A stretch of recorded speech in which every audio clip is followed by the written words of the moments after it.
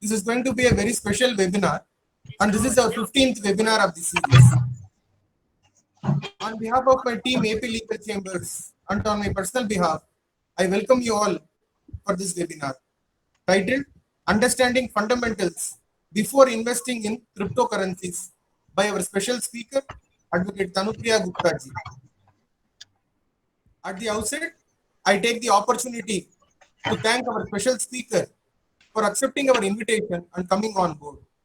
Indeed, it is a great privilege and honor to have her here.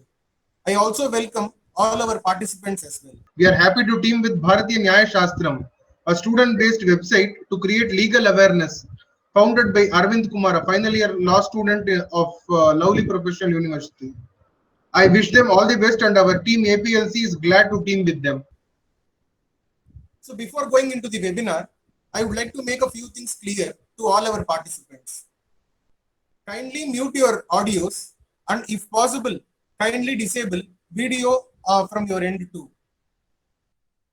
Once the presentation of our special speaker gets over, the APLC's APLC and the question answer session would follow. If you have any questions regarding the cryptocurrencies, you may ask our special speaker after her presentation gets over, and you can leave your questions in the chat box. And if time permits, all your questions will be answered by our special speaker. We owe the entire credit of this webinar to Advocate Tanupriya ji. After all, we are just setting up a stage for the special speaker to connect with the participants and vice versa. For all those who are attending our webinars regularly, you might be knowing us. For those who have come here for the first time, we are Team AP Legal Chambers, a new age law firm in Delhi NCR with a branch office in Chennai. We started this journey in 2017, and since then, we are trying to resolve the legal issues of our clients to the best of our abilities. APLC has been providing specialized services in the areas of domestic and international taxation, constitutional laws, IPR, energy law, commercial advisory, and arbitration and corporate compliances. We started organizing these webinars out of our passion for law, and due to the extremely positive response from our audience, we are organizing this on every Thursdays and Sundays. As always, once the presentation of our special speaker gets over, APLC's APLC would follow. APLC's APLC is Ask the Popular Learned Counsel. We have prepared a set of questions from our end and would be asking them to our special speaker. I am sure it would be both interesting as well as informative. As I mentioned earlier, this is our 15th webinar. 15 marks a special beginning. 14 days of waning and waxing of moon marks the beginning of Purnima or Amavasya, so it's called. So this is a new beginning for us, and we are indeed privileged to have our special speaker here. Today's topic is different. It talks about cryptocurrencies, which is a new age subject on which many of us would not have a grip over the subject. So for this, we have our special speaker who has done extensive research before coming on board and presenting to us about the cryptocurrencies. And we are here to understand the fundamentals or the basics of cryptocurrency. So there are going to be quite a few interesting topics which we all would enjoy during the presentation. And our special speaker deserves a commendation from Team AP Legal Chambers because within a short span of notice, she was able to accept our invitation as well as prepare the presentation for today's webinar. So let me introduce the special speaker of today's program. I am very happy to welcome Advocate Tanupriya Gupta ji. She has an experience of almost a decade on the broad range of topics, including mainstream commercial litigation, general civil litigation, and arbitration. Over the last few years, a major thrust of her practice has been infrastructure projects, company litigation, finance and banking matters, and among others. She has been regularly representing esteemed public sector undertakings, government bodies, MSMEs, and private contractors on a wide spectrum of matters before various courts and forums, including the Honorable Supreme Court of India, various high courts, and other several tribunals, including NCLT, NCLAT, NCDRC, CAT, DRT, and DRAT. Advocate Dhanupriya has been rendering advice to private companies on contractual disputes, contentious employment, service disputes, regularity and legal framework to facilitate compliance and on processes to avoid mitigate risks in the conduct of business. Ms. Gupta also has vast experience in domestic arbitration, injunction laws, writs, tender laws, family laws, property laws, employment laws, and she has assisted courts on several occasions as a local commissioner. Apart from her flourishing private practice, she has been empaneled with the Cement Corporation of India, Punjab National Bank, Union Bank of India, among others. She is a member of the Supreme Court Bar Association, Delhi High Court Bar Association, and International Council of Jurists, London. She has also got a diploma in tax law from ILI, New Delhi. So with this brief introduction about our speaker, I take this opportunity to welcome Advocate Dhanupriya to the special webinar organized by APLC and wholeheartedly welcome on behalf of my team as well as from the participants. So with this introduction, I leave the floor to our special speaker for her to introduce about the subject as well as go in for the presentation. Thank you, and over to you, ma'am. Thank you. Thank you so much, AP Legal Chambers, for having me over. Thank you so much, Anand, for putting all this together and making it possible. So, as you know, the topic of today's webinar is learning fundamentals before investing in cryptocurrency. So, what is cryptocurrency? The concept of cryptocurrency, the way it is defined, it says crypto. Crypto means encrypted. Now, cryptocurrency, it has become a global phenomena, and there is no regulation, there is no traditional government which backs cryptocurrency. Now, because of all these things, because it is an unregulated form of digital currency, it also raises several concerns. One of the few concerns are like because it is being used, or rather it is being misused for black money, or it is being misused to fund terrorism. It is also has become a major part of black web. So because of these things, cryptocurrency, every now and again, much is being talked about. But then also there is not much clarity as to what is the exact working of cryptocurrency. And despite all these odds, cryptocurrency has gained a wide popularity worldwide, and it has also gathered slowly and steadily a lot of momentum in India as well. So in this webinar, I'm going to discuss the essentials of cryptocurrencies. And in order to understand essentials, we'll go through certain basic terms of cryptocurrency which are being regularly used. And so that we are able to understand the working of cryptocurrency. So we'll start from the basics like what is cryptography to also the threat which today the quantum supercomputers are posing on its security. So in this webinar, we are going to cover topics like concept of money, which is a very basic topic, then how cryptocurrencies are to be treated, whether it can be treated as a currency given its wide popularity, because today cryptocurrency is also used as a medium of exchange. So whether this can be traded as a currency or it can only be traded as an asset holding some value. Then we'll also understand basic terms like blockchain or other basic terms like nodes, wallet, and similar concepts which are relevant to blockchain. And then we'll move to the entire working of blockchain, like how exactly blockchain works. It is very important for us to understand the working of blockchain because cryptocurrency is completely leverages on blockchain. So the technology of blockchain is the only technology which is used by the cryptocurrency. So hence, the moment I start blockchain, please understand it is very crucial and it is a part of today's webinar and today's discussion. Then we'll also try to understand the concepts like how miners, they mine coins or they create coin and they confirm the transactions and they validate the transactions. And then there is a concept like proof of work.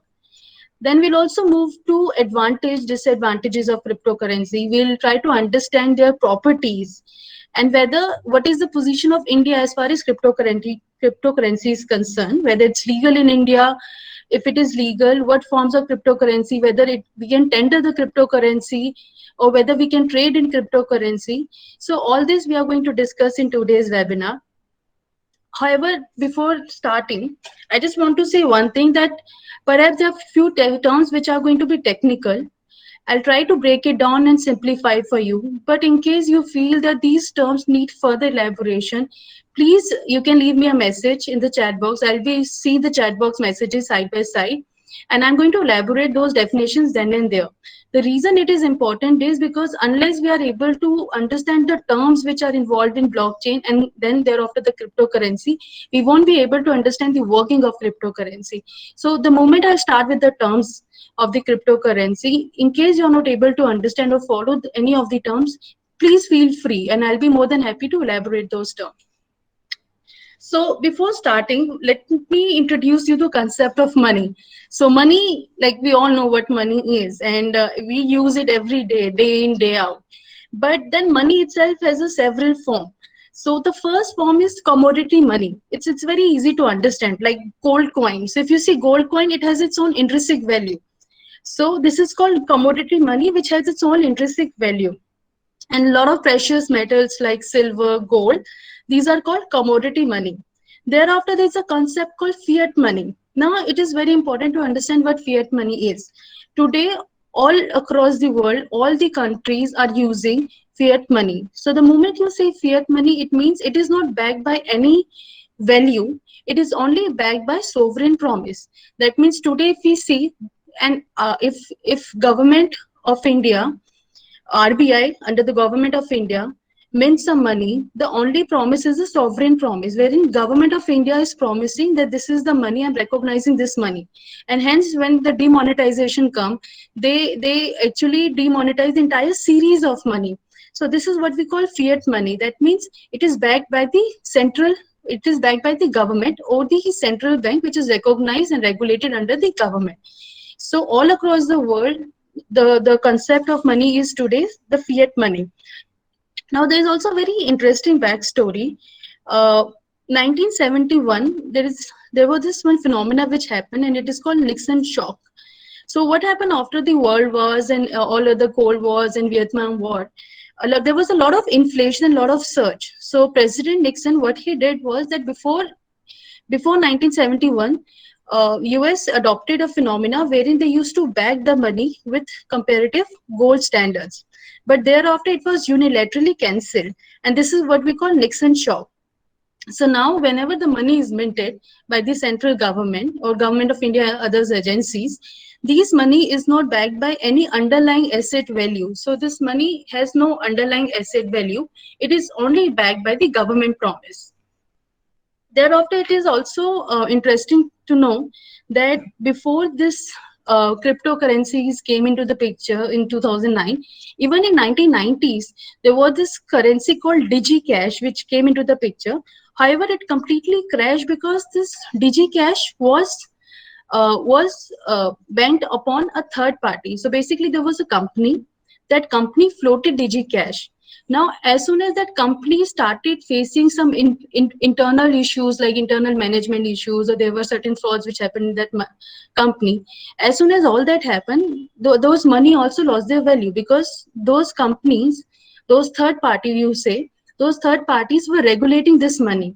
So in this case, when it came to DigiCash in 90s, there was a third party trust. Now, the beauty of cryptocurrency is there is no third party trust. So in a way, everyone is involved, but nobody controls it. And therefore, it is stated that cryptocurrency is here to stay. So what is cryptocurrency? To answer it very simply, it is a digital virtual money, which is based on the cryptography. It is secured by the cryptography, and it is based on the technology of blockchain. We'll learn and understand these technologies and terms once I start my slideshow. So now the first and foremost is, what is the difference between Bitcoin and the fiat money? So Bitcoin is one of the cryptocurrencies, and it is the leading cryptocurrency. So in many instances, we'll be using the Bitcoin because the information available on Bitcoin is far more than any other cryptocurrency. So what is the difference between Bitcoin and fiat money? So if you come to the left of the side, it says, is this currently created by decentralized distributed computing? So cryptocurrency, or specifically if you say Bitcoin, it is it is created by way of computing. And there's a concept like mining, which we'll come to later. Now is governed by majority rule network consensus. So it is governed by everybody who is involved, but there is no common control. Transactions only involve two parties, no intermediary is required. In order to explain this, I'll just give you one example. Suppose today I want to transfer some money to you. So I'll be requiring two intermediaries. One is my bank and the other is your bank. But when it comes to Bitcoin, if I want to transfer one Bitcoin to you, then I would not require any intermediary. Depending on network speed, transaction takes minutes. So Bitcoin transaction, it takes merely second in order to transaction to happen. But in order to validate it, they also need to validate the transaction. That takes some time. No chargeback is possible after a transaction has made. So it is very important because in Bitcoin or in any other cryptocurrency, once there is a transfer, there is no going back. You can't reverse that transaction, and that is very important to understand. One, if you decide to deal with cryptocurrency, you can call, like in this, like if you're dealing with the fiat money, you can call your bank. You can tell your bank that there was a scam or that was a fraudulent transfer, you please reverse it, and that is possible. But in the case of Bitcoin, it is not possible. Now fiat money is currency governed by a bank, like in India it is RBI. So it is governed by a bank or any central bank or central authority. An intermediary such as a bank or payment provider is needed for a transaction. There was this example which I shared, that you require an intermediary to make the transaction happen. Local international transactions may take days. At times it takes days, at times it takes an hour. So it all varies given the distance. But when it comes to cryptocurrency, it takes merely a minute, whether I'm transferring the money to my neighbor or I'm transferring the money to somebody who's there in the US. A chargeback is possible after a transaction has been done. So if it's a fraudulent transaction or somehow you want to reverse it, you can always reverse it.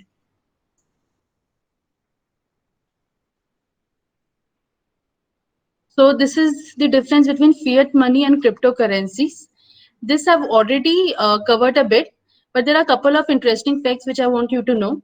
Like in case of fiat money, there is no upper limit of minting that money. So if today the RBI decides that they're going to mint 10,000 more currencies, the RBI can very well do that. And in future also, there is no upper limit. But when it comes to Bitcoin, there is an upper limit, and that upper limit is 21 million units. So basically, after 21 million units, there cannot be a creation of any more Bitcoin.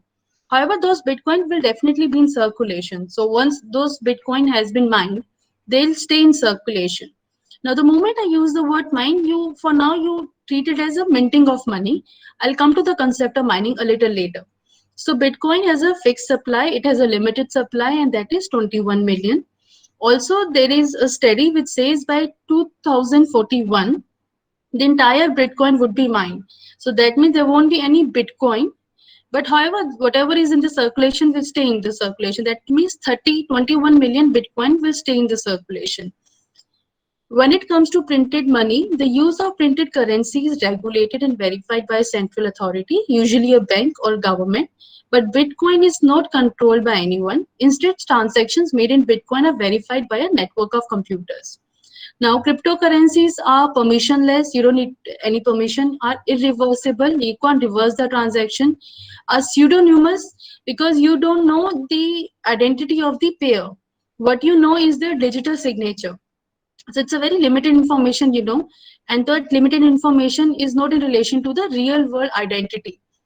And therefore, at times, it becomes the host of a lot of illegal activities because you don't know the identity of a person who's transacting it. Now, basic terms and concepts. Now, this may get little technical, so in case you feel any problem, please feel free and I will try to elaborate it further. Basic terms and concepts.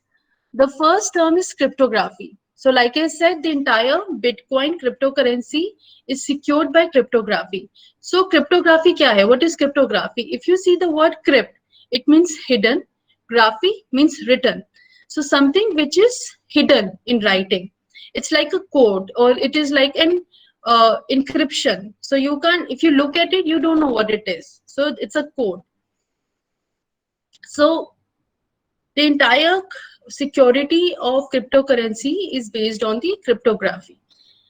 And it is the way you try to protect any information. So if I am a sender of any information and you are the recipient, and I don't want anybody to decode what I'm trying to communicate, so I'll use this cryptography. So whatever I'm going to send, it's going to convert in certain codes, and only once you receive that information, you can decode it.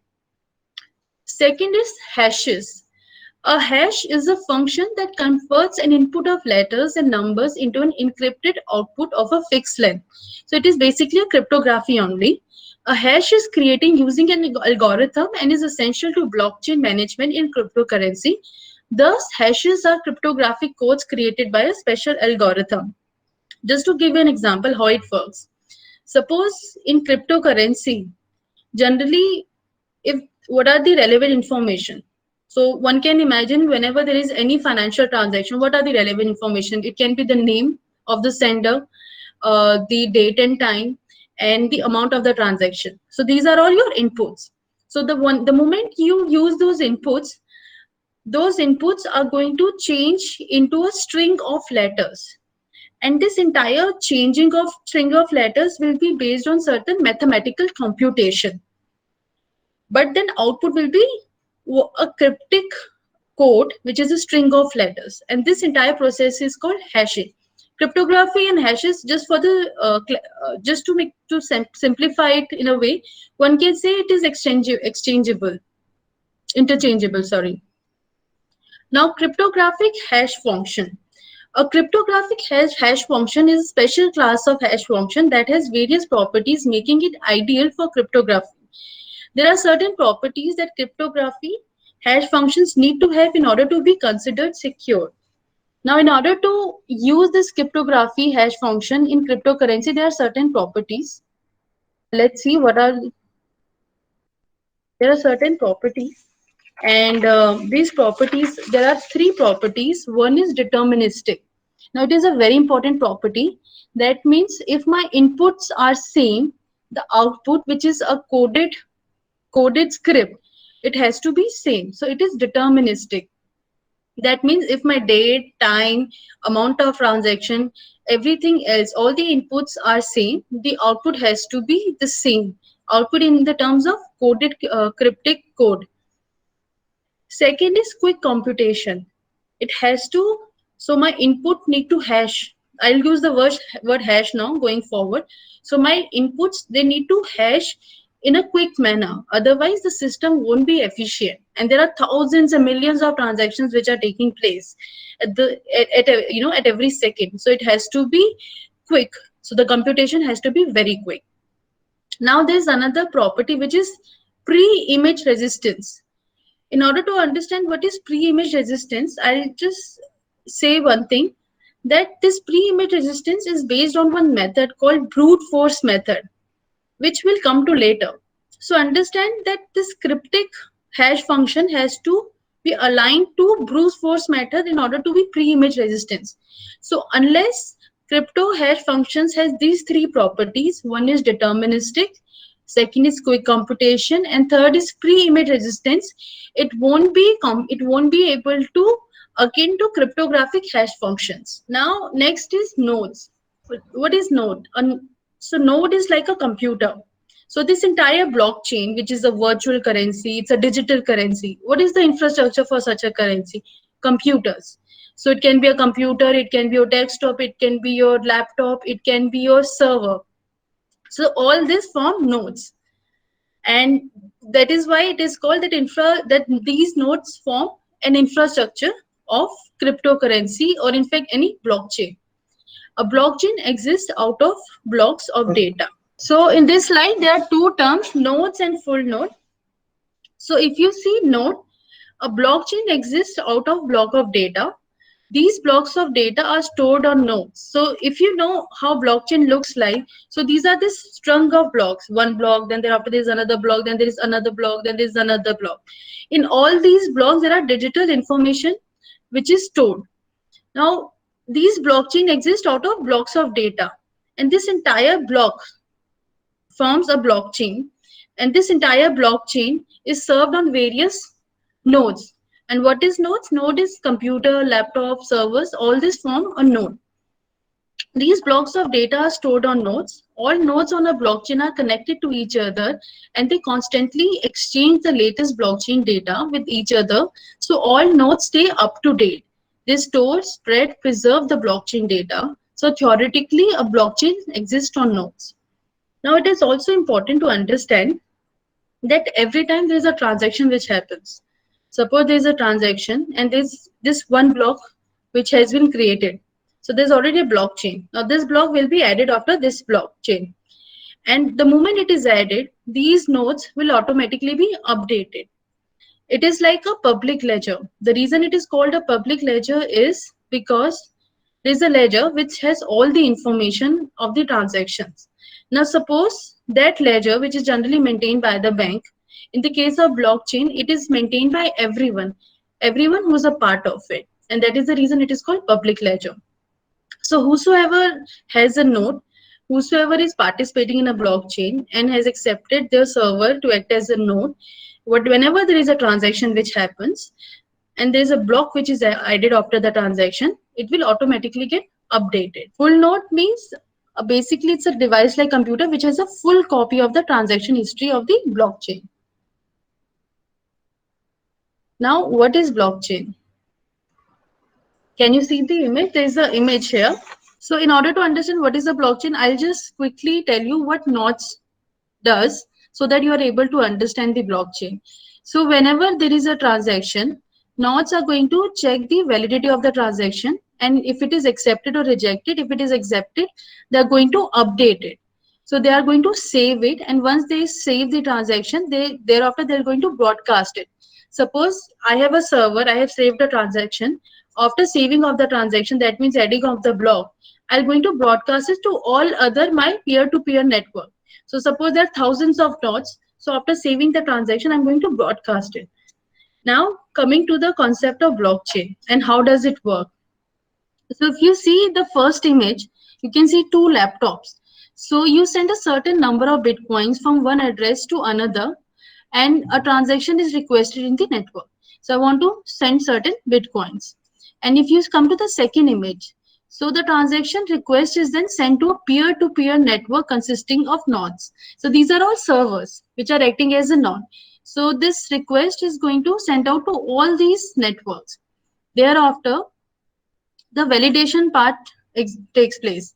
So just because I have requested for a transfer doesn't mean the transfer is going to happen.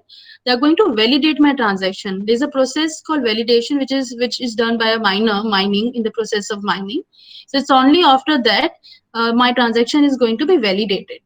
So once my transaction is validated, it will be updated in all the nodes. So suppose there are 4 nodes here, and you come to the second image, which is green rectangle, you can see the tick mark. So all have updated it. It says Bitcoin's validation process and implementation of new block is done by miners. So only miners can add the block, who are rewarded for their presentation, for their participation in securing the network with newly minted units of the cryptocurrency. So I'll just quickly tell you what is this concept. So whenever there is a transaction which happens, it has to be validated. Now, who's going to validate it? Because it's not a bank, where there are bank officials. So it is done by miners. What are miners and how it works, I'll come to later. So just for now, remember that validation has to be done by miners. Now, once there is a validation, and thereafter, if you see the last 3 images, which is the last transaction, last leg of the transaction, you can see one hammer and one block. This is what we call blue color. This is one block. And if you come to the second image, the entire thing is called blockchain. It is made up by strung of blocks. So the first is the Bitcoin networks of nodes validate the transaction using cryptography algorithm. This process is called mining. Now the new block which now contains your transaction. So this new block contains your transaction is then added to the end of the existing blockchain. And once your transaction is now complete and the block that includes your transaction is now integrated with the blockchain. So if you see your blue box, this is where that transaction happens. So this blue box contains the information of your transaction. Now it has become a part of the blockchain. So at its most basic level, blockchain is literally just a chain of blocks. You have just seen the image wherein there are blocks. So it is chain of blocks which are strung together. And as the name suggests, multiple blocks strung together. The goal of blockchain is to allow digital information to be recorded and distributed but not edited. So what you're doing is there's a transaction which has happened. After the validation of transaction, it is stored in a block which has formed a part of the blockchain. Now this blockchain is distributed to all the nodes, to all these servers, which becomes a public ledger. So you're recording the transaction, you're distributing the transaction, but nobody can edit the transaction. And there is a reason why. I'll come to that reason later. But remember, it cannot be edited. So this block, once it is a part of the blockchain, cannot be edited because it is secured by a technology called hashing, which I'll come to little later. Blocks on the blockchain are made of digital piece of information, and specifically they have three parts. The first part, if you see, this is date, time, and amount. Second part is that who is the participant. So the name of the participant is not visible. However, what is visible is the digital signature. So digital signature, by way of the digital signature, you can't tell who is the participant. So his identity, he or her or his identity is different from the real world identity. Now block use information that distinguishes them from other block.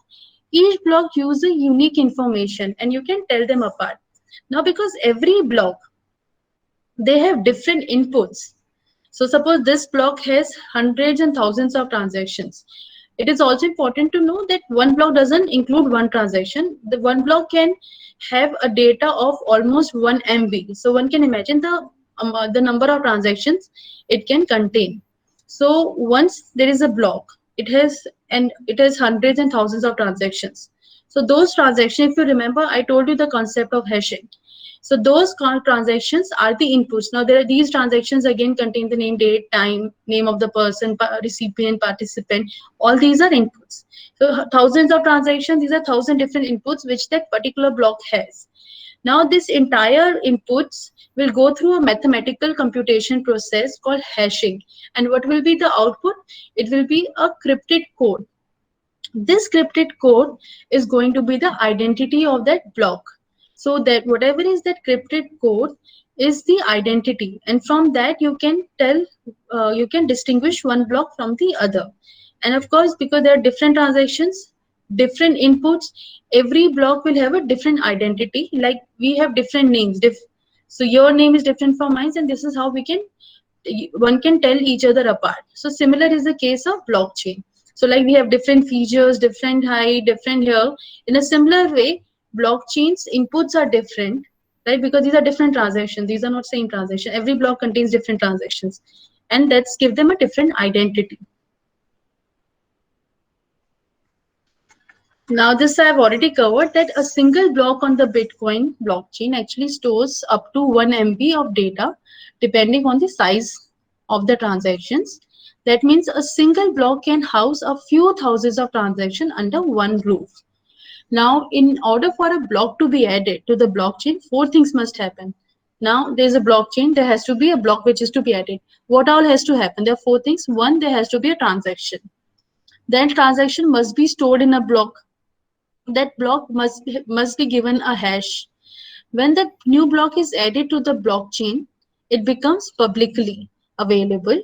New blocks are now stored linearly and chronologically. So the way it is stored is that this block is already there. This will be added to the end of it, not in between, not 2 blocks before, not 2 blocks after. It has to be at the very end. So it is stored linearly and chronologically. And by Jan 2020, so since there's a height which is increased, there's one block after the other, then there's other block after the other. So the location of the block is increasing. So the way you define the location of the block in the blockchain is by using the word height. So as of Jan 2020, the block's height, this is particularly Bitcoin blockchain, had topped 615400. Now, after the block has been added at the end of the blockchain, it is very difficult to go back and alter the contents of the block. And there is a reason why. Now, this is something which secure the block in the blockchain. So suppose there is a block here and there is this entire blockchain here. So the moment I add this block to this blockchain, the identity, the hash of this particular block will also be stored in this particular block. Similarly, the block which is preceding to this block will also have the hash of this block. So therefore, if there is a hacker who wants to manipulate or temper this block, he has to temper the block after this, then he has to temper the block thereafter, and then this will continue. And therefore, it says that generally, as far as this blockchain concept is concerned, it is something which cannot be hacked, it cannot be tempered, at least now, although there's a technology which I'll come to later, and this has also become little susceptible to frauds, and it become susceptible to hacking, but for now it is safe. Now another question is blockchain private? So the if even if I'm discussing blockchain right now, imagine please understand all these fundamentals are applicable to cryptocurrency, because cryptocurrency working is purely based on blockchain.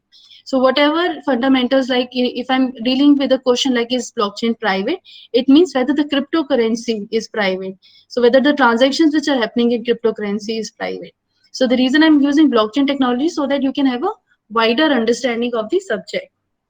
So anyone can view the contents of the blockchain, but users can also opt to connect their computers to the blockchain network as nodes. So you remember I told you that this laptop can act as a node. If I decide to use it as a node, that means anytime there's a block which is added in a blockchain, my laptop will automatically be updated. It's like a Facebook feed. So every time there's a new feed, it is there on the Facebook, right? But this is another concept, node concept. But this also but apart from this as well, whatever is happening in the blockchain, it is viewable. The public can easily view it. Now each computer in the blockchain network has its own copy of the blockchain, which means that there are thousands, or in the case of Bitcoin, millions of copies of the same blockchain. So as you know that Bitcoin is really, really popular now, and it is popular like across the globe. So, and there are many, many people who are participating in this Bitcoin blockchain technology. So there are many servers, there are many nodes. So every time there is a transaction, there is a node which is added. Those computers, those servers, those laptops are being notified. So these blockchain, this cryptocurrency blockchain, it has this millions copies and same copies. It's like there's a public ledger. So bank has a ledger of your transaction, and then bank ensures that the entire transaction ledger is given to all its customers. Thereafter, whenever there is a new transaction, not only the transaction which relates to you, any transaction, those ledgers are getting updated. So this is what we call distributed ledger. Now, because it is distributed ledger, it is very difficult to temper it. Because if I want to temper it, if there is one source, I can temper it on that very source. But then when it comes to distributed ledger, I have to temper it at each and every source. And hence it is this technology, they say, is very, very secure. Looking over the Bitcoin blockchain, you will notice that you do not have access to identifying information about the users making transactions, which I have already covered. So what is available is the digital signature, right? Not your actual name or your legal name. So therefore, there is a privacy. In a way, one can say it is it's semi-autonomous. Uh, so this is it when it comes to the blockchain concept. It's a very wide concept. One can also look into it later. And I wanted to add that we don't know the future of cryptocurrency as far as India is concerned. And there is a reason why. We'll come to the legality of it. But blockchain is here to stay. And even the US government, federal governments, they're planning to include blockchain in their own banking systems. Because if you see the way blockchain is, suppose it is used for the time stamping.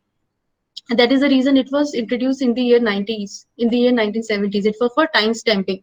So suppose I have stamped one document at a particular time, and because it has to be added linearly and chronologically, thereafter I cannot tamper that document. So if it is recorded at that very particular time, it will stay and nobody can tamper it. So cryptocurrency future, even if one can say it's certain, it's uncertain, but as far as blockchain is concerned, it is here to stay. And many governments and many central authorities are today including this technology, and that also includes India. There's one example of blockchain technology, and that is smart contracts. So what they're planning to do is, in order to help participants to exchange money, property, what they are doing is they are making this contract into the virtual form. And the exchange of money, like in case of lease, the exchange of money will be in the form of a rent. That rent will be the cryptocurrency. So there's a virtual contract which will be hashed and it will be converted into cryptographic code.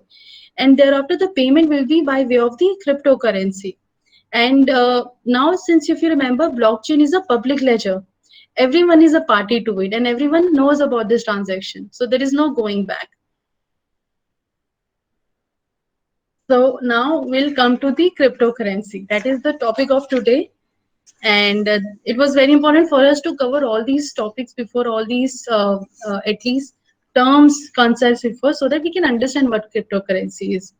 So like I said, cryptocurrencies are based and built on cryptography, and they are not secured by people or by trust, but by math. So as far as cryptocurrency is concerned, it is not secured by any bank, any government, or there is no third party. Like in the case of DigiCash, which I said in 1990s that happened. There was a company which floated digital currency, but then that company bank and whatever the currency which they floated, that stopped having any value. So, but that is not the case with cryptocurrency because it exists on the notes, on the public ledger. So therefore, it is secured by way of math. Now, cryptocurrency is based on blockchain technology, which we have just discussed, and it is a decentralized network. The reason we say decentralized because there is no one central authority who's regulating it. It's a distributed ledger because everyone can access it, and automatically whenever there's a transaction which is happening, whenever there's a block which is being added, it is being updated. So it's a consensus databases, consensus because everyone is agreeing to it. So one can't say there's a discrepancy, like in the bank you have a passbook and you see certain entries which are not correct. One can say there are certain discrepancies. But when it comes to cryptocurrency, there are no discrepancies because it's a public ledger, it's a distributed ledger. So first and foremost is the Bitcoin, which is the most famous one. So it is the first cryptocurrency. It was introduced in 2009 by somebody called Satoshi Nakamoto. As far as this Satoshi Nakamoto is concerned, we don't know whether this person is a male or female, or whether it's a group of programmer or just one individual programmer. There's a lot of mystery when it comes to the founder of Bitcoin. So the invention of Bitcoin was the first example of blockchain technology.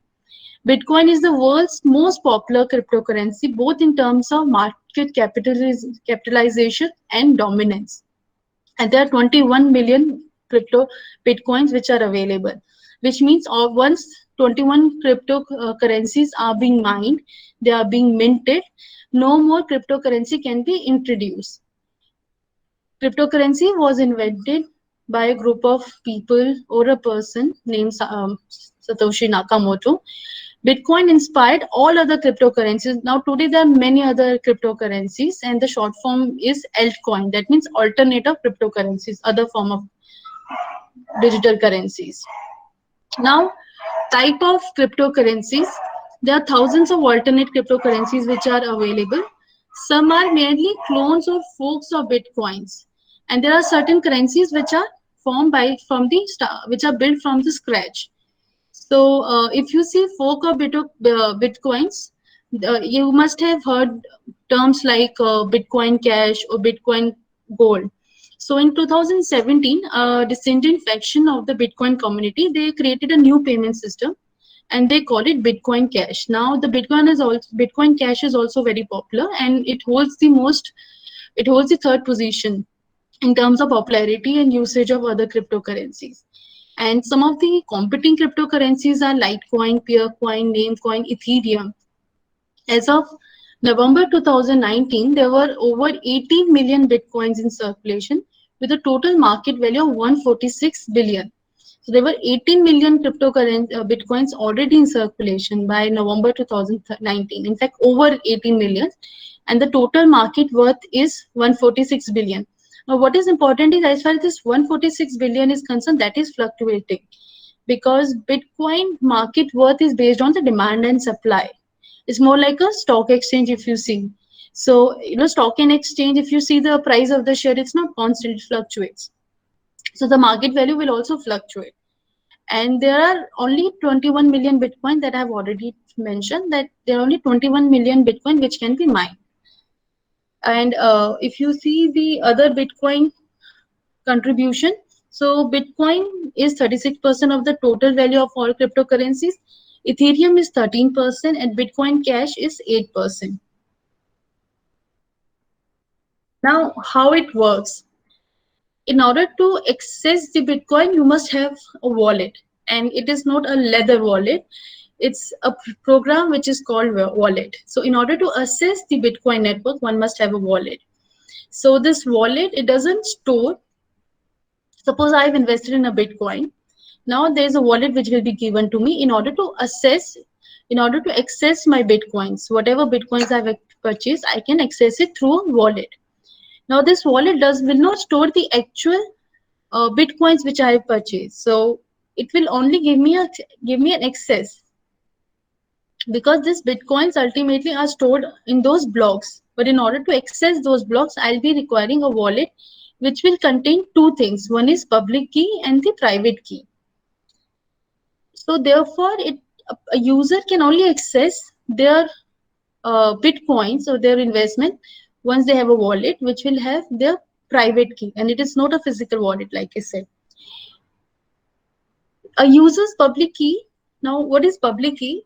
A user's public key is a shortened version of private key created through a complicated mathematical algorithm. So there is a private key which contains all the information, and that private key is only available to you. It can't be shared to public because otherwise they can easily steal the Bitcoin because they can access it. So this private key, if you see, it is a what is public key? Sorry, the public key is a shortened version of a private key. So there's a private key. It goes through certain mathematical computation. It's a complicated mathematical algorithm. It goes through that complicated mathematical algorithm, and there's an output result. And then output result is 30 some strung of letters and alphabet, and that is called public key. Now, what is important is the way public key is worded. It is available to public, so the public can know it. What is public key? It is like the location, like where this blockchain is located, the height of that blockchain. What is private key? It gives you an access. So losing the wallet is like losing the Bitcoin. So if you lose your wallet, you lose all the Bitcoin because you can no longer access it. And there's a very interesting story of somebody called Howells, which is actually a very unfortunate story. So this person, he started mining the Bitcoins in his laptop in 2009. At that time, Bitcoins were merely introduced. It was at a very nascent stage. So it was a very new phenomena, and he just mined it, and he mined total 7,500 Bitcoins. Thereafter, in 2013, as far as his laptop was concerned, he sold the laptop on the eBay. However, he kept those Bitcoin in a hard drive. So that hard drive was what was his wallet, which gave him the access. But ultimately, for some reason, he disposed of that hard drive, and therefore he could not get it back. So the entire Bitcoin, 7,500 Bitcoin was lost by him, and today they are worth more than 127 million. So that is the kind of value which he has lost. How cryptocurrencies can be sent directly between two parties via use of private and public key. The transactions can be done with minimal processing fee, allowing users to avoid the steep fee charged by traditional financial institutes. A single wallet can hold multiple private keys. However, it is generally advised, like people who regularly invest in Bitcoin, they have multiple wallets. So in case I lose my single wallet, so at least my other Bitcoins access are being safe. So they use multiple wallet instead of single wallet. So losing the key to your wallet is a critical problem, because it like the example here is that suppose there's a locker. So that locker is a public key, which means that public knows where that locker is, like bank locker. We know the location of that locker, but I can only access it by way of the private key. So if you lose that private key, you cannot access that locker. So that means losing all your Bitcoins. So there are many type of wallets right now. Software wallet is a wallet which is software on your desktop or mobile phone, similar to a digital bank account for your cryptocurrencies in order to manage, send, and receive your coins. Then there is a web wallet. This web wallet is also called hot wallet, and it is in a lot of controversies because it is prone to a lot of misuse because it is available on the web. Web wallets are hot wallets and hosted by third parties such as cryptocurrency exchanges online for increased user convenience. So if you see software wallet, so one has to ensure, like if I have installed that software in my laptop, I have to ensure its safety and all. But when it comes to web wallet, there's a third party which is involved, mostly exchanges, cryptocurrency exchanges. They give that services, they provide you that convenience. But like I said, it is hotly debated right now because there have been a lot of thefts in the past. So people are questioning it. As far as these web wallets are concerned, it is under a scrutiny right now. Cold wallet, if you see, there's a pen drive. So a cold wallet is any type of wallet that is not connected to the internet. It can be the hard disk, it can be the pen drive. Now CD writing is no longer available, but it is not connected to the internet, like a USB, paper wallet, and all. Hardware wallet devices specifically designated to safety store cryptocurrencies. They're highly secured and probably the best way to store funds. How miners create coins and confirm transactions. If you remember, when I was discussing this entire concept of blockchain and when I said, that these transactions, they need to be validated and all, every now and then I use the word miner and I said I'll come to it. So now we are at it. So what is miner and what is mining? It is a very, very important concept of the blockchain and even the cryptocurrency. Now, what is important to understand is that this cryptocurrency can only be created by way of mining, and there is no other way to create it, to generate it. So miners of cryptocurrencies such as Bitcoin are computer owners who allocate their computing power to the peer-to-peer network. The process of adding blocks to the blockchain, what the cryptocurrency world is called mining. So every time you add the block to a blockchain, what you're doing is mining, and it can be done only by miners. And miners are computer owners who allocate their computing powers. Mining ensures that only legitimate transactions are verified in the blockchain of any given cryptocurrency. So in the mining process, whenever there is a transaction which is happening, what they are doing is they are validating that transaction. Now, in order to validate the transaction, again, it's a very complex mathematical procedure one has to follow. And for that, heavy servers and computers with high computation, those things are required. Within a cryptocurrency network, only miners can confirm transactions by solving a cryptographic puzzle. So in order to validate it, they have to solve a cryptographic puzzle. It's an algorithm that takes transactions, mark them as legitimate, and spread them over the networks. Afterward, every node of the network adds it to its database. It has become part of the blockchain. And once the transaction is confirmed, it becomes unforgeable and irreversible.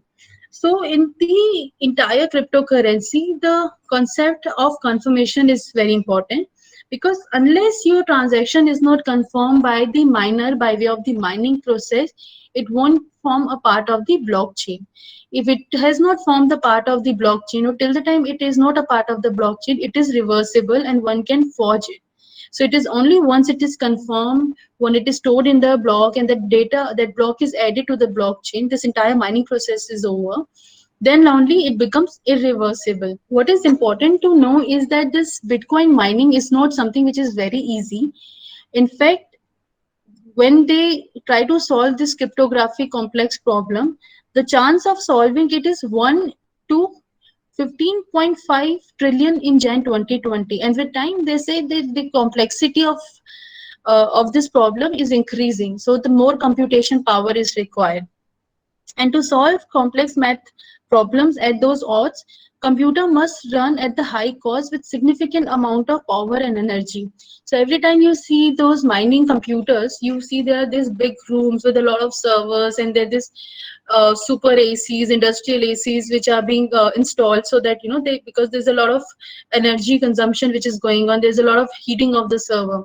So one can imagine that if the chance to solve this problem or this mining is 1 is to 15.5 trillion, you can imagine the kind of energy it is required by those by this computation computers.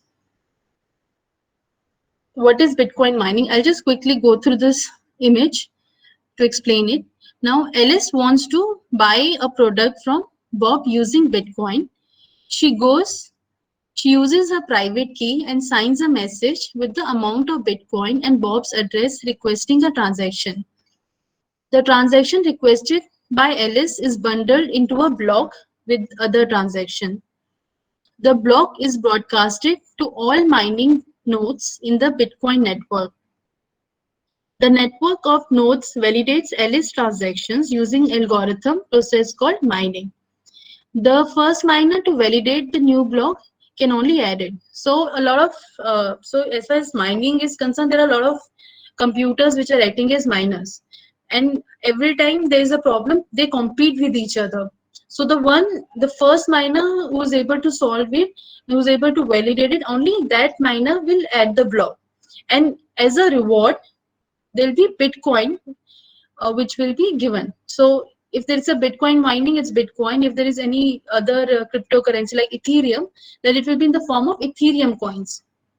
So like this is what we call mining. So that is the only way Bitcoins or other cryptocurrencies can be created, by way of mining. So one has to validate the transaction, one has to follow the process called mining. Once you are able to validate the transaction, and it has to be, you need to be the first one to do it, then only you will be rewarded in terms of the cryptocurrency. The transaction is complete and the new block is added. Bob receives the Bitcoin from Alice. Proof of work.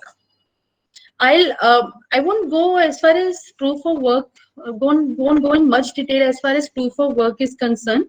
There are just 2 or 3 things which I'll read out. So proof of work system, as far as these computers are concerned, which are minor, they need to provide some sort of proof of work in order to act as a miner. And this is all the networks miners compete to be the first to find a solution for the mathematical problem that concerns that candidate block, a problem that cannot be solved in any other way other than brute force. So proof of work is perhaps the strongest idea behind Nakamoto's Bitcoin because it allows trustless distributed consensus. The proof of work concept existed even before Bitcoin, but Satoshi Nakamoto applied this technique to digital currency. So proof of work is basically the proof which which computer gives in order to mine. Now, cryptocurrency properties. So if you see the properties, it can be divided into 2 parts. One is transactional property and the other is monetary property. Now, as far as transactional properties are concerned, there are 5 parts. One is irreversible, that I've already covered, that it cannot be reversed. Pseudonymous, because you don't know that the name of the person, right? What is available is the digital signature. Fast and global, it is secured. Permissionless, because you don't require a permission of any third party. If I want to transfer any cryptocurrency to you, I can do it directly without the use of any interface. Monetary properties, controlled supply. If you remember, I told you that as far as the Bitcoin is concerned, only 21 millions are available, and that is the case with other cryptocurrencies are concerned. So there's a controlled supply. This controlled supply concept is somewhat important if you try to relate it to the concept of inflation. So suppose today the value of 1 rupee, the purchasing power of 1 rupee will not be equivalent to as to compare to the that purchasing power of 1 rupee 10 years back.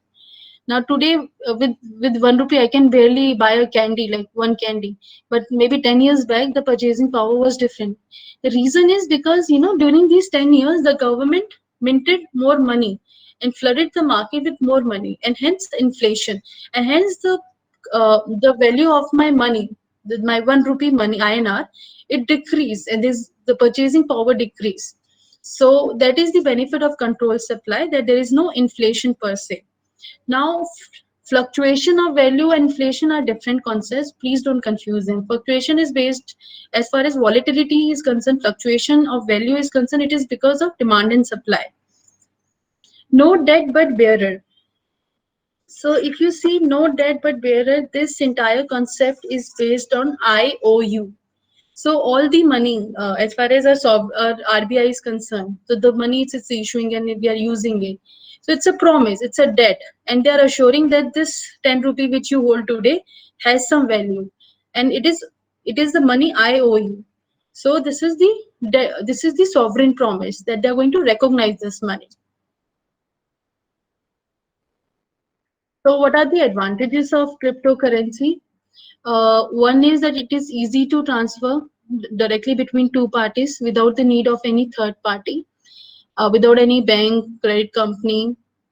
Fund transfers are completed with minimal processing fee, allowing users to avoid the steep fee charged by banks and financial institutions for wire transfers.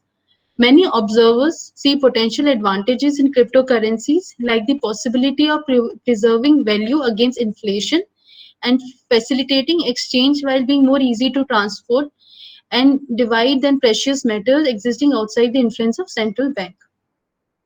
Disadvantage: semi-anonymous nature of cryptocurrencies are making them well suited for host of illegal activities such as money laundering and tax evasion. And the market price for cryptocurrencies, since it is based on supply and demand, they are highly fluctuating. I'll just give you one data so that you understand the kind of fluctuation it has. So in December 2017, the value of the one Bitcoin was $1,900. And thereafter, just in few preceding months, it dropped to $7,000. So from $1,900 to $700 just within a few months. And as far as today's value is concerned, it is $9,514. So this is one of the disadvantages, because it is based on demand and supply. It is highly fluctuating. Cryptocurrencies, blockchains are highly secure, but other aspects of cryptocurrency ecosystem, including exchanges and wallet, are not immune to the threat of hacking. So this cryptocurrency is based on the blockchain, which is very secure. You can't tamper the block. That piece that we are clear on. But then as far as exchanges are concerned, and you remember I said hot wallets, and because these are web-based wallets, mostly used by these exchanges. So generally, these are hackable. And in the past 10 years of the entire history of cryptocurrencies, they have seen, people being deprived of their bitcoins because somebody has stole it. So it is hackable. So the ecosystem of cryptocurrency, the within which it works, that is something which is prone. Just one second.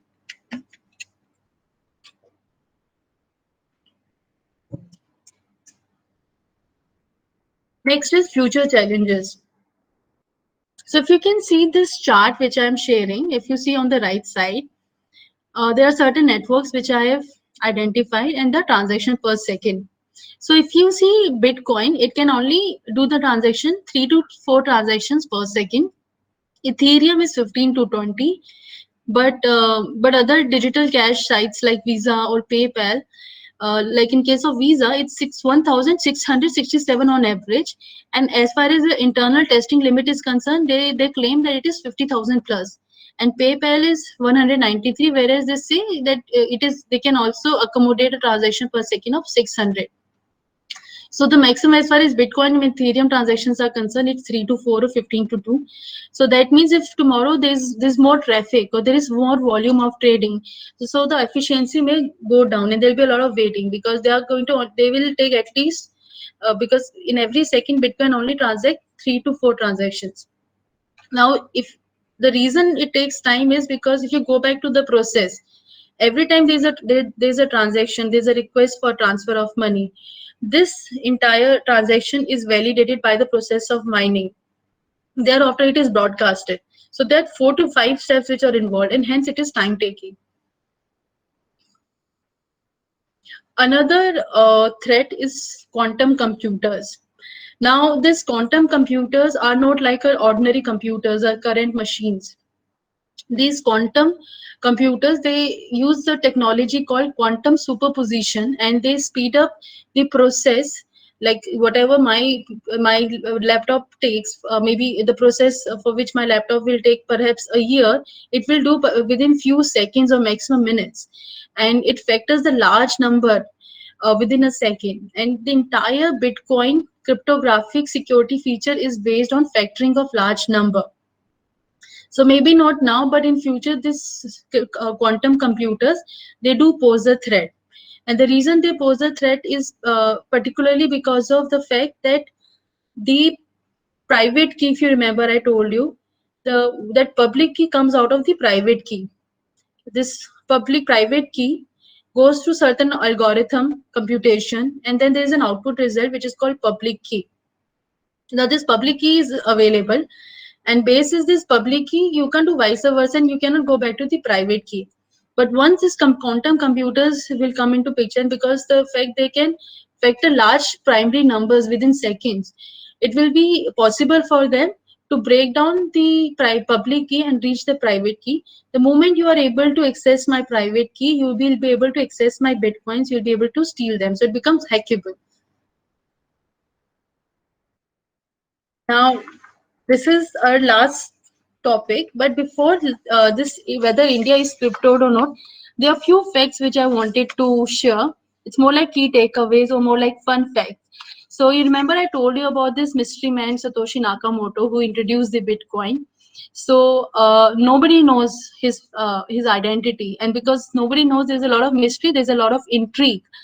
um, in 2011, there's an official statement by Mr. Nakamoto that he has moved on to other things. Like he introduced Bitcoin. Now there are other things he has moved on to. But because his identity is still not out there, there's something or the other which keeps happening in the world of cryptocurrency. Like there's a computer scientist, recipient of the first Bitcoin. So he's the one who actually received the first Bitcoin, named Hal Finney, and people say that he's the one who's Mr. Satoshi Nakamoto. And in fact, in November 2017, the former SpaceX employee, he claimed that Elon Musk, he is Satoshi Nakamoto, given he is very fond of cryptocurrency and C++, but then Mr. Musk himself denied it. And as far as the usage of cryptocurrency is concerned, particularly Bitcoin, so the retail usage, if you see, when I say retail usage, it means tendering of it, which it means you can use it as a currency, not as a merely as an investment. So Overstock.com was the first online retail in US, and they started using the Bitcoin in Jan 2019, Jan 2014, and the company allowed its customers to purchase laptops, like television sets, furniture, everything with Bitcoins.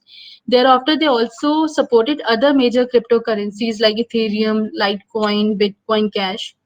Expedia, I think this is something which we all are aware. It's a travel site, right? So Expedia also started accepting Bitcoin for hotel reservation in 2014. Now there's this Subway franchisee somewhere. There are a couple of Subway franchisees in Argentina, and from 2017, even they have started accepting Bitcoins for the payments of their restaurant. What is also, there's another interesting thing, that Bitcoins can also be used for space travel. So Sir Richard Branson's his entire venture of space travel, he's using the Bitcoin. So if you want to confirm your space travel somewhere, I don't know when, then you can use the Bitcoin in order to make your reservation. And if you remember, I told you that a lot of these cryptocurrencies are very private in nature, and because they're very private in nature, the transactions are very opaque in a manner. They have become a host of lot of illegal activities. So it has this cryptocurrencies are being largely used by dark markets to do their illicit goods using bitcoins and other similar cryptocurrencies, and some of them are like Silk Road to Agora. It is not that hotel website or the airline website, it's a different website, it's a dark website.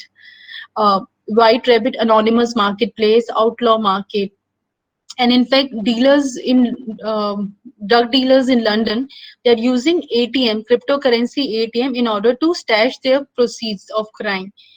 If you see the way these ATM are mushrooming, there are total 1900 Bitcoin ATMs all over, and 30% of them also support other cryptocurrencies.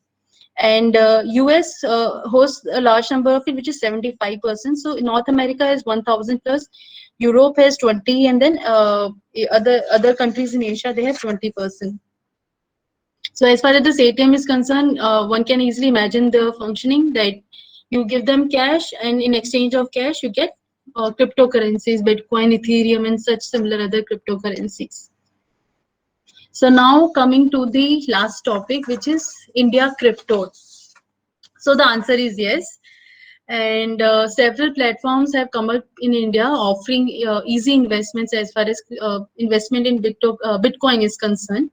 However, the problem is, as far as the regulation is concerned, there's a lot of uncertainty. I'll come to it a little later. There's this guideline by RBI, which has been overruled by the Honorable Supreme Court. But then also there's a lot of uncertainty, because it is stated that they're going to pass a law sooner than later, and as far as that law is concerned, they are going to completely ban any sort of transaction as far as cryptocurrency is concerned.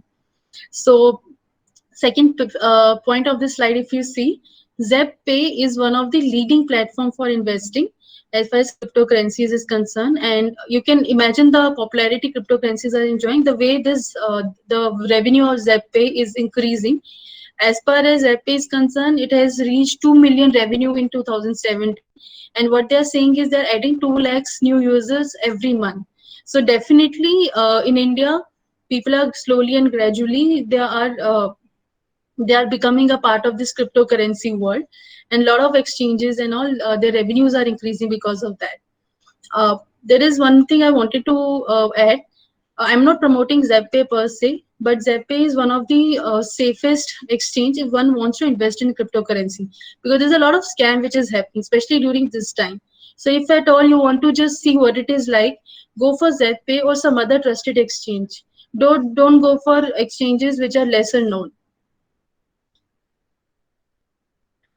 Last point is 5 million Indian users engage in VC trades of 1 billion daily. Cryptocurrency trading sees 400 jump during COVID.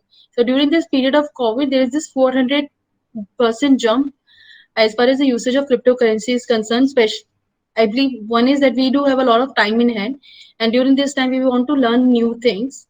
Apart from that, there's just a lot of online trading and other sort of trading which has also seen increase. So for sure, that kind of effect has also been extended to the cryptocurrency trading. This is that RBI circular. Before that, I'll just give you one backdrop. That even before this circular, RBI in its press releases time and again was warning people against usage of cryptocurrency or investing in cryptocurrency. There were a lot of press releases. If you see this circular of 6 April 2018, they have specifically notified 3 public notices: 24 December 2013, 1st Feb 2017, and 5th December 2017, saying that they cautioned the users and holders and traders of virtual currencies, including bitcoins, regarding various risks associated in dealing with virtual currencies. I'll directly come to the second point of this. So as far as this 6 April 2018 notification is concerned, if you see the second point, just read the second point, that is important. It says, in view of the associated risks, it has been decided that with immediate effect, entities regulated by Reserve Bank shall not deal in VCs or provide services for facilitating any person or entity in dealing with or settling VCs. Now, importantly, as far as this notification is concerned, it has been set aside by the Honorable Supreme Court. What has happened is that there was this one exchange, IAMAI, they have challenged this notification.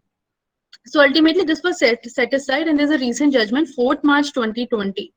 But before I come to this, I'll just quickly tell you as far as what is the government stand is concerned. I just realized that it is already 7:30 and I've consumed a lot of time. So I'll quickly conclude it. So there are two acts which was introduced by interministerial. Now these are bills, not acts, sorry, because they're yet to be enacted. In the first act, what they decided is the name of the act is Crypto Token Regulation Bill 2018. In this act, what they stated is that the sale and purchase of digital crypto asset shall only be permitted at recognized exchanges. So if you see, they have not really banned it. They have not really prohibited it. Instead, what they are saying is it has to be regulated and it can only be at the recognized exchange. But thereafter, this interministerial committee, which has been set by the central government, it take a complete 180 turn. It was a complete volte-face turn, and they introduced another bill in 2019, just after a year. It is named. This is named as banning of cryptocurrency and regulation of official digital currency. Like it says banning, so it was completely banned. The draft of the bill contained proposal to ban the mining, generation, holding, selling, dealing, issuing, transferring, disposing of, using cryptocurrency in the territory of India. So before that, they were saying what they were trying to do. They were trying to regulate it. After a year, there was this another bill, and as if you see that bill, the way it is worded, they have completely banned it. So we don't know what is the fate of cryptocurrency as far as India is concerned. Frankly, if you see the judgment of the Honorable Supreme Court, since I've already exceeded the time, what I'll do is I'll just share the name of the judgment. It is Internet and Mobile Association of India versus Reserve Bank. This is 4th March 2020 judgment. In this judgment, the Supreme Court has set aside the notification of the RBI, but that was not based on anything, but it was only based on the excess of proportionality. Because as far as Supreme Court is concerned, the RBI should have looked for other measures instead of completely banning it. And the Honorable Supreme Court also relied upon the article provision of 19(1)(g), saying that there are three categories when it comes to Bitcoin. The first category is, who are dealing with Bitcoin and cryptocurrencies only as a hobby. So this cannot affect their trade, of course, and they are not out of work just because cryptocurrencies are banned or they are intending to be banned. Second is if they are trading in it. So when you say trading, perhaps you're trying to invest and gain an extra money. So even for those categories, it was not recognized. However, there was a third category, which was exchanges. So these exchanges like ZepPay, which I just mentioned, or this Internet and Mobile Association of India, such exchanges, because they could no longer use the bank services, they were completely out of business. It was no longer workable for them. So the Supreme Court held that as far as Article 19(1)(g) is concerned, it is attracted in this case. And they also use the theory and doctrine of proportionality. It says that RBI has come out with a standard that any of the entities regulated by it, and RBI, if they fail to provide that they have suffered, or any of the entity which are being regulated by the RBI, they have suffered any loss because of this cryptocurrency or digital currency.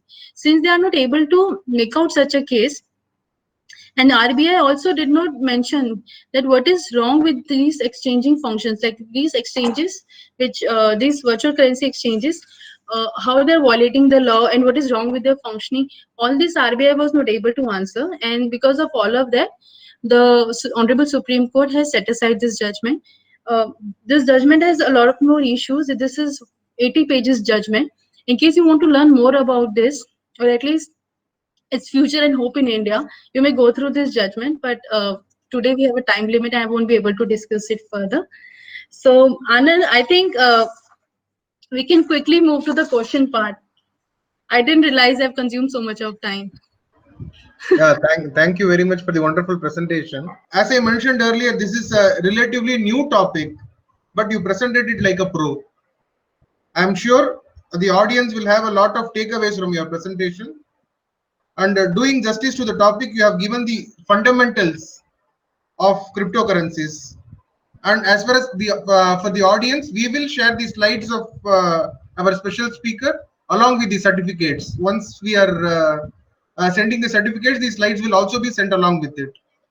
Now, quickly moving to the question and answer session, we will just do it like a rapid fire round. So Yeah, let's do that. we have one question from our regular participant, Mr. Prakash Kumar, who is an advocate practicing in Ranchi, Jharkhand High Court.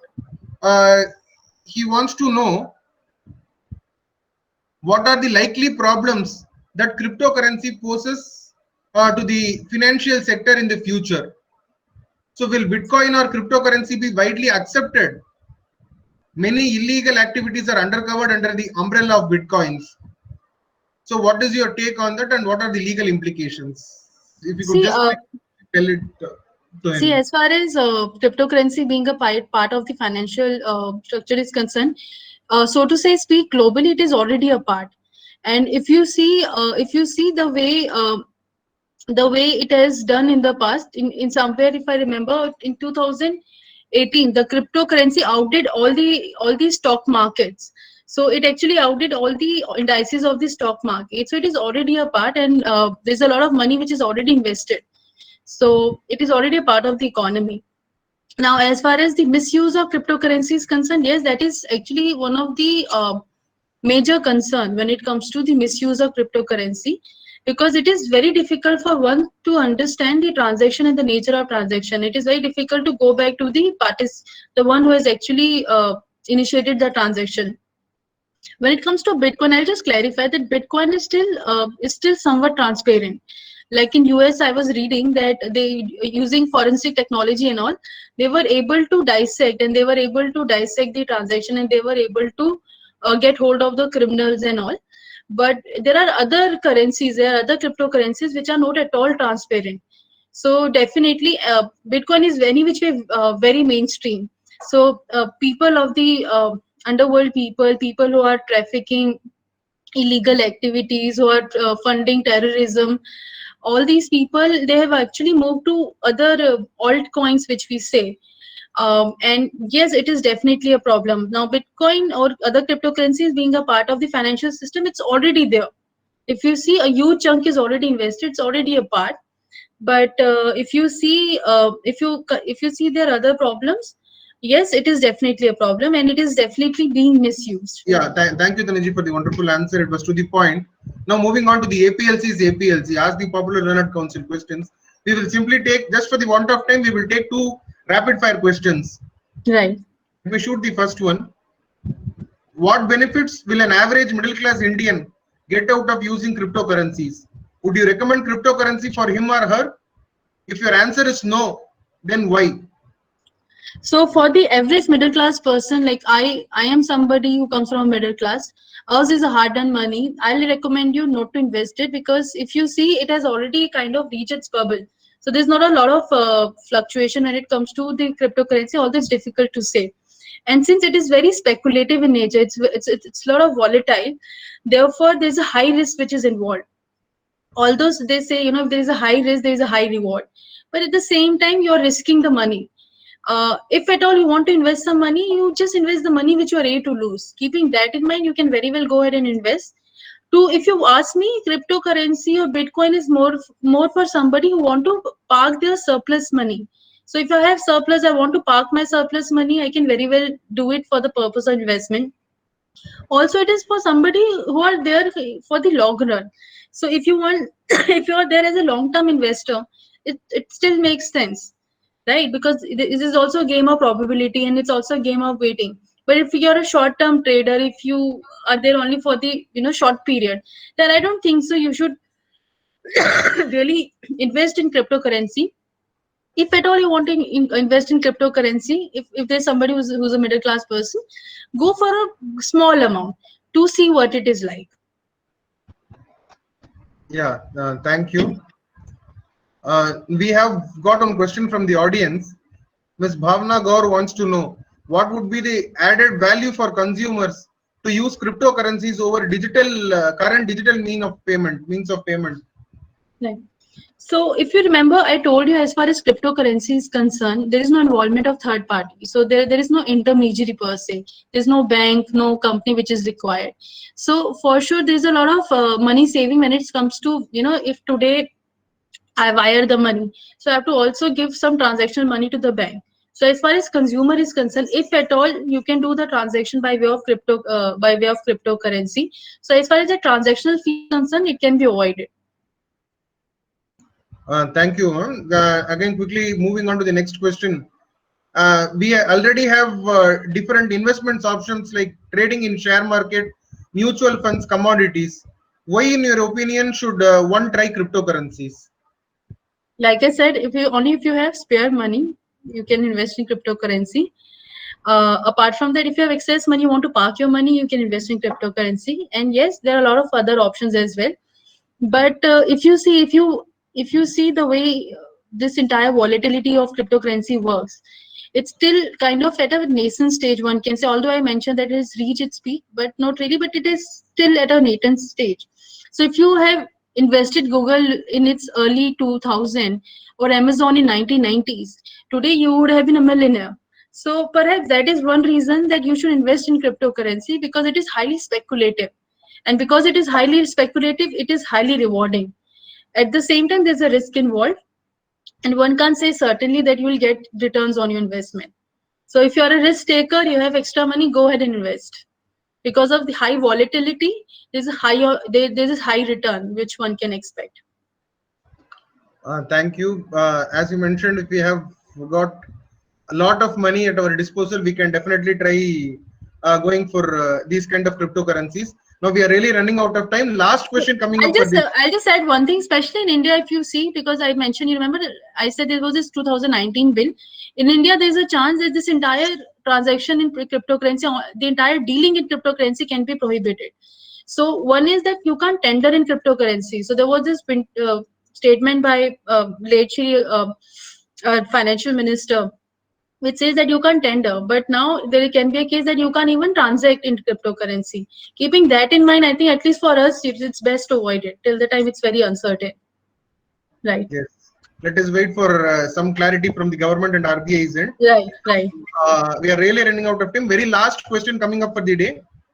For law students in particular, and for the audience in general, what books or reference materials would you recommend for further reading or research if one wants to know more on this topic? Right. So the first is that Supreme Court judgment, which I mentioned. Being a law student, go through the judgment. It is 80 pages judgment, very beautifully written. They have covered so much in that judgment. Apart from that, if you remember, there were certain images which I've used. There's a disclaimer. I couldn't go back to that slide because of lack of time.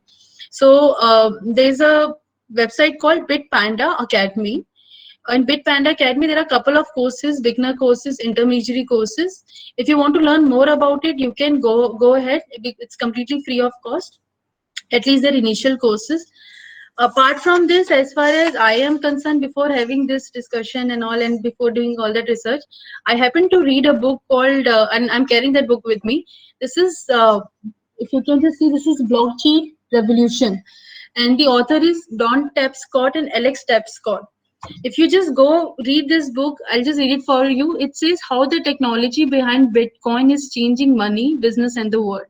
So although this talks about the blockchain, but like I said, cryptocurrency is based on the blockchain, and at least in India, we don't know the future of cryptocurrency, but blockchain is here to stay. Blockchain is the future.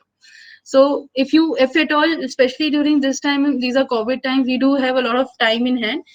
If at all possible, go ahead and read this book. This is Blockchain Revolution by Don Tapscott and Alex Tapscott. If you just want a summary information on the cryptocurrency, you can refer to the site which I mentioned, which is Panda something. I'll again, any which way it's a part of the slide, and you can refer it later. Thank you very much, Dhanupriya ji. It was a wonderful presentation. Just for the wonder of time, we are wrapping this show. And it was great having you on this show, and we are looking forward for other presentations in the near future also. Thank you so much. I just want to add that I might have glossed over a few things because of lack of time, and also I tried to oversimplify things. And I really enjoyed my time. Thank you so much, EPL. Thank you so much, Anand, for making this happen. I completely thoroughly enjoyed my experience. Thank you so much. Yeah, thank you very much. And for the participants, we are having other exciting webinars coming up on the upcoming weeks. Please keep a tab on our Facebook page and also subscribe to our YouTube channel AP Legal Chambers to be the first person to receive all the updates on our latest videos. And with this, we wrap this show for today. It is Anand signing off on behalf of APLC and on my personal behalf. Have a wonderful week. Thank you. Bye. Thank you.